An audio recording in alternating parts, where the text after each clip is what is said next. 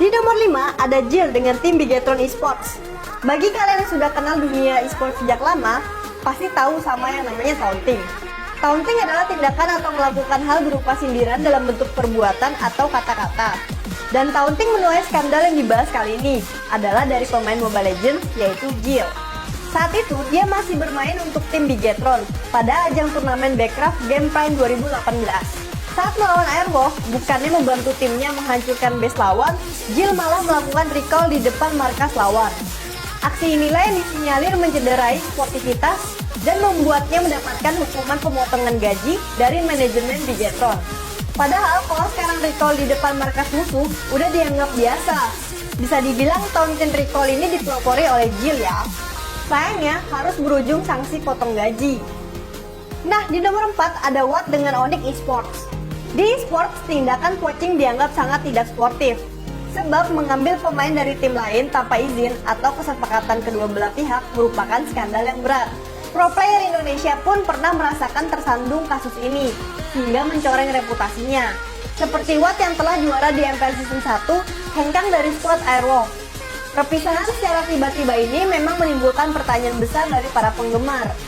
Berita tentang poaching pun santer terdengar ketika sang pemain diberitakan bergabung dengan Onyx Esports. Sayangnya keberadaan sang pemain juga nggak bertahan lama di Onyx, hanya sekitar 7 bulan. Nggak hanya sekali, berita poaching pun kembali beredar. Saat itu, Watt telah mendekat ke sisi Lovre. Akhirnya kejadian ini mengharuskan Lovre untuk buyout sang pemain karena masih terikat kontrak dengan landak kuning. Di luar skandal tersebut, Watt merupakan talenta esports yang masih diperhitungkan hingga saat ini. Lanjut nomor 3, ada Ikra yang pakai cheat Free Fire.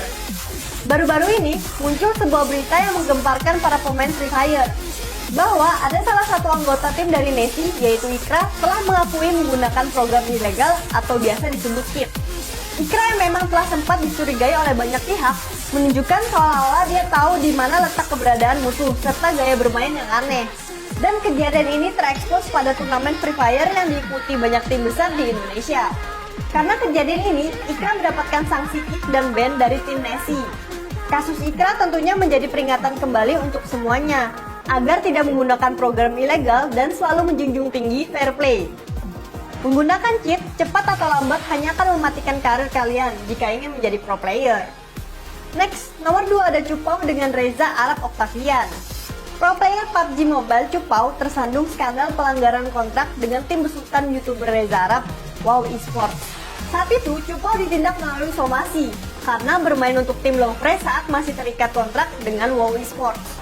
Akhirnya, sang pemain mendapat sanksi tidak boleh mengikuti turnamen apapun dan tim manapun selama 1 tahun sejak dia melanggar kontrak yang disepakati. Bener aja, setahun lamanya Cupau tidak terlihat di skena kompetitif PUBG Mobile. Lalu saat PINC 2020, Cupau kini memperkuat tim besutan Bang Pen, Genesis Dogma. Nah, ini dia yang nomor 1, ada skandal Listi dengan Eric Olim. Skandal satu ini benar-benar bikin heboh.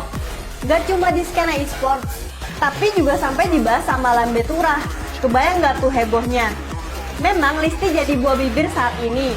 Soalnya pemain ini pun terlibat cinta segitiga antara Eric Olim dan mantan kekasihnya, yaitu Jessica Jane. Kabar ini pun santer terdengar ketika sang kekasih mengunggah di story Instagram. Nah, tidak lama, beredar beberapa foto dan video skandal yang menunjukkan kemesraan antara Listi dan Eric Olim. Akhirnya, kasus ini pun membuat EVOS memutuskan untuk mengakhiri kontrak dengan cewek yang berpenampilan nyentrik tersebut. Kini, Listi nggak lagi berada dalam payung macan putih ini. Sebagai organisasi esports yang menaungi dirinya, EVOS Esports meminta maaf atas apa yang telah terjadi. Keputusan untuk mengakhiri kontrak Listi pun jadi jalan keluar terbaik. Langkah ini pun juga telah melewati perbincangan dengan pihak-pihak terkait.